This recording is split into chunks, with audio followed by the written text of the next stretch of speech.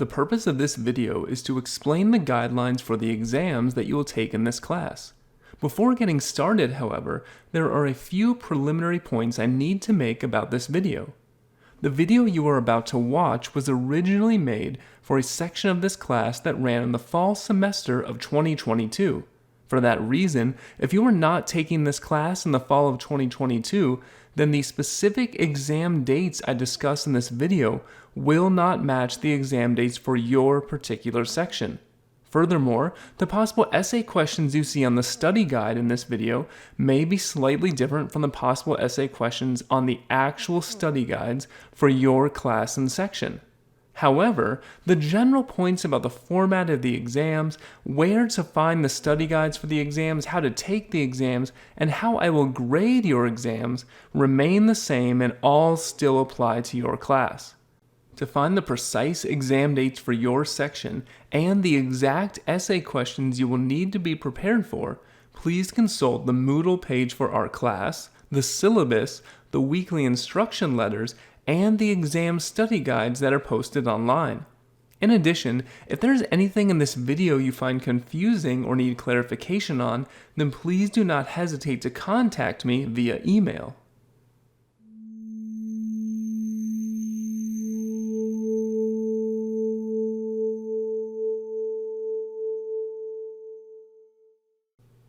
In this class, there are two exams, Exam 1 and Exam 2.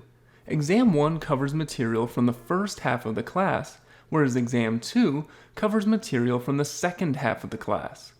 The purpose of the exams is to test your comprehension of the major concepts and arguments that we have covered this semester. Unlike the response papers, the main purpose of this assignment is not for you to construct an argument or critique an author's reasoning, although certain parts of the essays may ask you to offer criticism or evaluate some philosophical claim.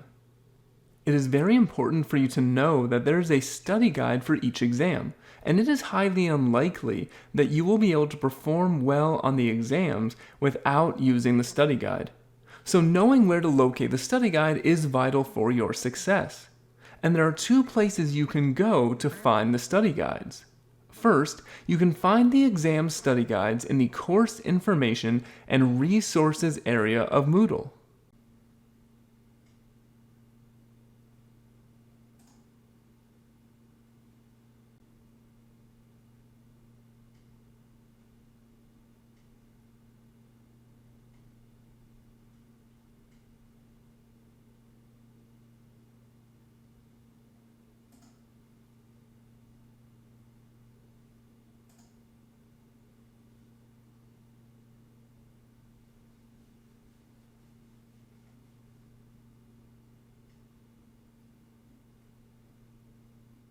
Second, you can find the Exam 1 and 2 study guides in the areas of the course devoted to those exams. In this case, Exam 1 will take place during Week 8 of the class. So, we can find the study guide for this exam in the Week 8 area of our course page.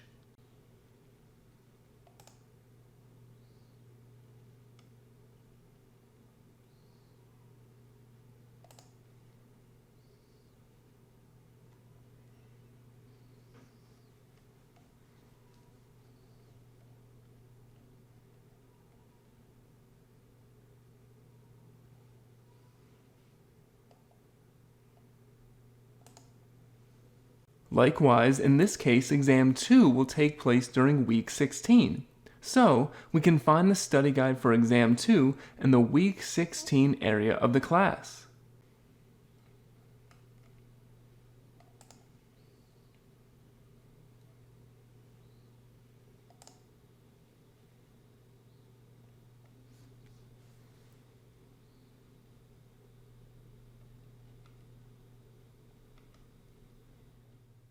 Now that we know how to find the study guides for the exams, let's discuss how the exams work, beginning with the format of the exams. Each exam will consist of two long-form essay questions. These essays will require you to respond to a specific essay prompt, and as we will discuss, you will be required to respond to each point asked about in that prompt. However, You should not be surprised by any of the essay prompts that you see on the exam, and this is because all the possible essay prompts are listed on the subsequent pages of this document. It is very important for you to know from the outset that you will not choose which 2 essays from the study guide you will respond to on the exam. Instead, the essays will be chosen randomly by the program that administers the exam to you. The possible essays that you see on the study guide are exactly word for word what you would see on the exams. For example, if the exam program randomly selected essay 1 for you, then what you would be presented with and what you would be required to respond to would be precisely what you currently see on your screen. As I have already mentioned in a previous video, the study guide also tells us that you will have a period of 5 days to take each of the exams. And if we look at the course schedule, then we can see that exam 1 will open up on Monday morning at 8 and remain open until midnight on Friday. The course schedule also shows that the same is true for exam 2. Once that 5-day period has passed, you will no longer be permitted to submit the exam. However, although you must meet the final deadline, it will be up to you when within that period of 5 days that you decide to take the exam. In the next section of this video, we will take a closer look at the mechanics of how the exam program works and what is involved with taking the exam.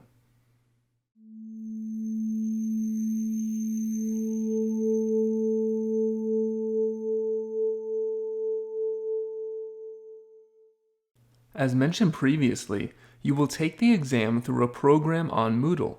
To illustrate this, let's suppose it was time to take exam 1. To find where you will take exam 1, we need to go to the week 8 area of the class.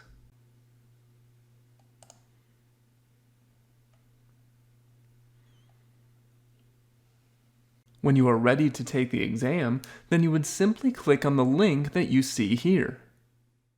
However, it is important that I stress what it means to be ready to take the exam. In addition to knowing about the study guide and that there is a study guide, there is probably no piece of information about the exam that is more important than what I'm about to tell you. When you open the exam program on Moodle, you will only have 20 minutes to submit your answers to the exam. Now, if you have a look at the study guide, then you will notice that the essay prompts can be rather complex and involved. And so you might think to yourself, it seems unreasonable for us to be required to write 2 long essays in only 20 minutes. And of course, you would be right about this. It certainly would be unreasonable for me to expect you to complete both essays in that short amount of time. This is why you should not, I repeat, you should not attempt to write your essays in the 20-minute time period that occurs after you open the exam program. The reason you are only given 20 minutes is so that you are forced to have your essay responses to all the possible essay questions written out in advance. The idea here is that once you open the exam program, all the real work has already been completed. All that will be left for you to do is upload the essays that you have already written. So, just to be very clear, in this case there are 6 possible essay questions on the exam study guide. That means that before you click the link to begin the exam, you should have prepared 6 separate documents in either .doc or PDF format, and each of those documents should have a response to one of the possible essay questions. Then, once you see the questions that the program has selected for you, all that remains is for you to upload your essays. The whole process should really not take any longer than a few minutes. I have emphasized this at length because it is crucial to your success on the exam. The likelihood of you scoring well on the exam if you do not have your essays completed and ready to submit in advance is exceedingly low. And because the 2 exams together are worth 50% of your grade, this is a mistake you will definitely want to make sure you avoid. In order to give you a better sense of how the exam program functions, I am now going to give you a demonstration of the process. Once you are ready to begin the exam, which again means that you already have your responses to all the possible essay questions completed, then simply click on the link for the exam. Then click on Attempt Quiz Now and confirm that you want to begin.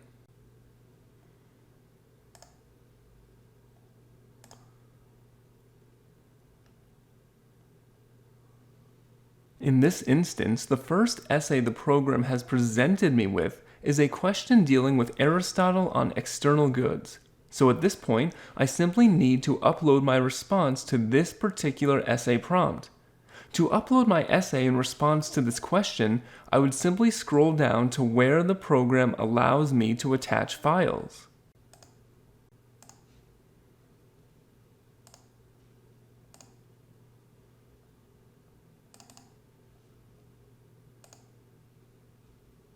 Then I would go to the next page and do the exact same thing for the second question.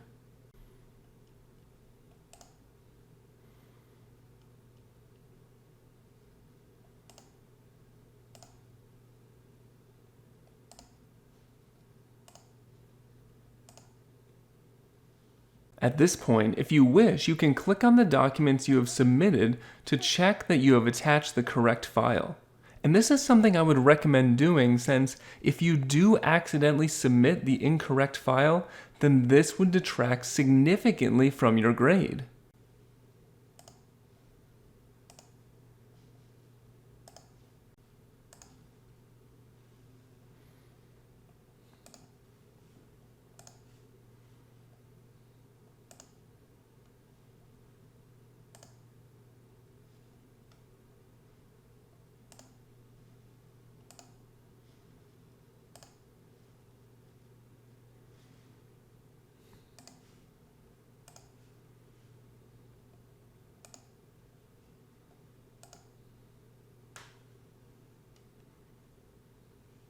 Then, once you are satisfied with the files you have submitted, you can click Finish Attempt.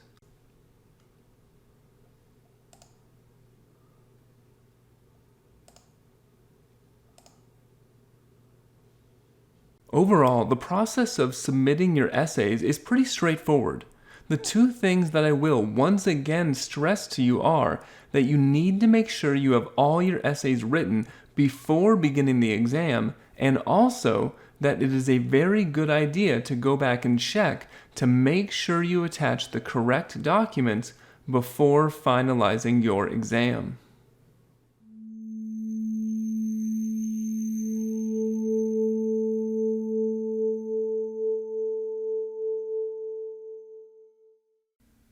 Now that we have seen what is involved with the mechanics of taking the exam, I will now begin to discuss how your exam responses will be graded. Each of your essays will be given a score out of 100, and so your score on the entire exam will be a score out of 200. However, in order to delve further into how your essays will be graded, we first need to discuss the basic requirements. That is, the bare minimum of what I will look for when evaluating your work. And in order to explain this, we will need to cover how you should read and respond to the exam essay prompts, which we will do shortly.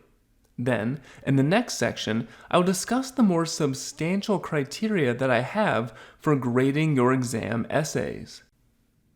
The first thing that you need to make sure you do when you write your essays is to answer every point that is asked about in the essay prompt. As we will see, each essay prompt has many different parts, and there will be some specific amount of points attached to each part of the essay. So, if you do not answer some part of the question, then you will not get any of the points associated with it. Consequently, it would be impossible for you to get full credit for that essay. Another thing you will notice when you look at the essay prompts is that each question has a title. But this is not something that you need to provide an answer to. This simply informs you of the topic of the essay and tells you what ties all of its parts together into one thematic whole. When I grade your essays, the points you receive will not be an all or nothing matter. You can, and very likely will, receive partial credit. This would occur in the case that your response is either partially incorrect or if the essay that you submit was incomplete in some way. To better understand these points, let's take a look at one of the exam essay prompts from the study guide. The title of this question tells us that it deals with Aristotle's conception of happiness as well as Aristotle's function argument. However, recall that you do not need to provide an answer to the title of the question. This again is just there to tell you the broad topic of the essay. One thing you will notice about this question is that it is divided into two parts, Part 1 and Part 2. Sometimes students will ask whether they are supposed to choose which of these two parts to respond to. And the answer to this question is a definitive no. You need to provide a complete response to Part 1 and to Part 2. At no point should you choose which portion of the question to answer. The reason the question is divided into two parts is just for the sake of organization. It is not because you are only supposed to answer half of the question. So, you need to make sure you respond to every point that is asked about in the prompt. Now, let's take a closer look at what is included within the essay prompts. The first sentence of Part 1 tells us that in this portion of the essay, you will be required to explain Aristotle's conception of happiness. Following this, the question tells you precisely what points you need to address in order to provide a complete explanation of that concept. This prompt tells you that you need to explain what Aristotle means when he claims that happiness is the final end, what Aristotle means when he says that happiness is the end that is most worthy of choice, complete without qualification, and self-sufficient. And then finally, why Aristotle believes that neither the life of pleasure nor the life of politics constitute human happiness. You will also notice that the essay questions sometimes contain a passage from the text and then ask you to reference that passage in your answer. This essay asks you to discuss whether you agree or disagree with the position that Aristotle expresses in the selected passage. When that is present in a question, you will want to make sure you demonstrate that you understand the specific points being made in that passage, and make sure that the ideas being expressed in that passage inform your essay response. Again, when grading your work, I will have a certain number of points in mind for each component of the essay. So you really need to make sure that you work systematically and respond to everything that is asked about in the essay. One common question that students often have is how long your responses to the essay should be. It is difficult to answer this question in the abstract because it really is highly dependent upon the particular essay in question. The length of each essay will depend upon what exactly that essay is asking you to write about.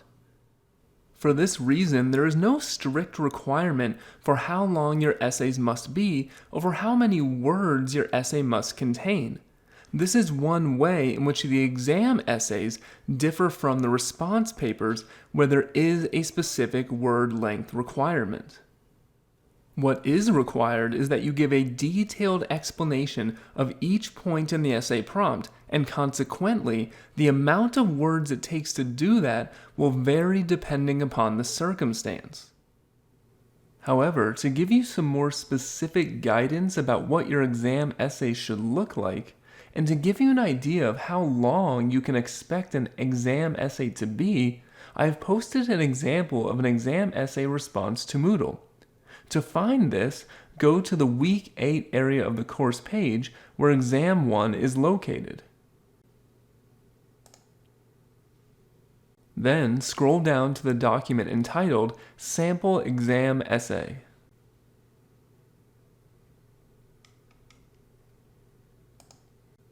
What you see here is an example of an essay question that takes the kind of format you will find on the exam.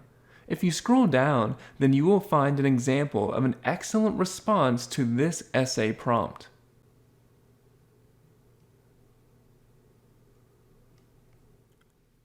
It is important to understand the purpose of this document so that you can understand how to use it properly. The essay on this document is not one that you could see on the exam, and the material it covers is not anything that we will be discussing in this class. It is an essay question I have used previously in a different course. As such, you do not need to worry about being able to understand the points that are made in this essay prompt or the essay itself. However, there are two things that you can take away from this example. First, it provides a good example of what a detailed essay response looks like. If you go through the essay and compare it to the prompt, you can see that the essay proceeds systematically and responds to each point that is asked about in the prompt. There's nothing that is asked about in the prompt that is left out of the essay. Second, while again there is no strict word requirement, this document will give you an idea of how long a successful essay response is likely to be. Or perhaps a better way of putting it would be to say that this document shows you the level of depth and detail that is required to get a top grade on the exam essays.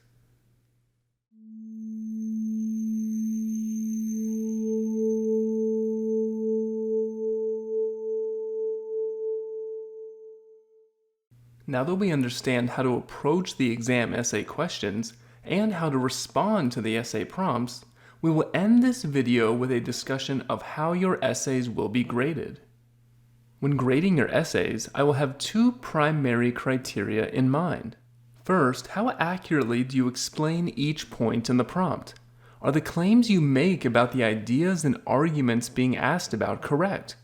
Or does your response show evidence of some misunderstandings or confusions? Of course, as you should expect, I will be looking to see that you have an accurate understanding of the material. However, there is also a further standard beyond the truth of the claims you make in your essays. This is because what you write could be true as far as it goes, but it just might not go far enough. It might be incomplete. It might leave out certain points that are important for understanding what has been asked. So I will also evaluate you on whether you've responded to the questions asked about in a detailed way that doesn't neglect any important details. And here what I'm really looking for is evidence of your deep understanding of the material and close understanding of the text. I do not just want to see that you have regurgitated phrases from the lectures. I want to see real evidence that you know what those ideas mean, that you understand the concepts, and that you can explain them in a complete and thorough fashion. I also want to say a few words about my grading standards for the exam. Because of the online format of this class, when you are preparing your essays, you will have a plethora of resources available to you that you would not have if you were writing these same essays in an in-person physical classroom. That is, you will have access to the readings, lesson outlines, and the lecture videos. In addition, you will also have much more time at your disposal. You will not be under the normal time constraints you would be facing were you being expected to write these essays during, for example, a 75-minute class period. In fact, because all the essay prompts are currently available to you right now, you have the opportunity to complete many of the essays before the exam week even gets here. And I would highly recommend that you take advantage of this opportunity. If I were a student thinking about how to approach this class and how to approach the exams in particular, then after each week of the class I would have a look at the study guide to see if any questions were covered in the previous week's material. If one of the essays was covered, then I would recommend completing a rough draft of that as soon as possible when the material is most fresh in your mind. If you do this, then the week of the exam, a time when you will also likely have assignments due for other classes, will be much less stressful for you. All you would need to do during exam week is read back over your essays, make revisions, and expand upon certain points before making your final submission. But the majority of your work would already be done. In addition, doing this would also help you identify any areas of confusion you might have and contact me for help with shoring up any gaps in your understanding of the material. For all these reasons, because you have such a long time frame to complete the exam essays, and because you have so many resources at your disposal while you are writing your essays, my expectations for the quality of your work are higher than if you were completing a similar exam within the normal constraints of a face-to-face physical classroom environment. So you will want to strive to ensure that the quality of your work matches the advantages afforded to you by the online format of the class. I will want to see that you have a strong grasp of the texts we have read, as well as the philosophical issues covered in those texts. The best essay responses will go beyond just giving a bare bones response to each point, or just giving a single sentence that gestures toward the right answer. Rather, the best essays will show that the student has thought deeply and critically about what has been asked in the essay. In addition, the best essays will show evidence that the student has taken the time to craft them in an organized fashion in which all the points are clearly explained. And as mentioned earlier, I want to see your own understanding of the material come through.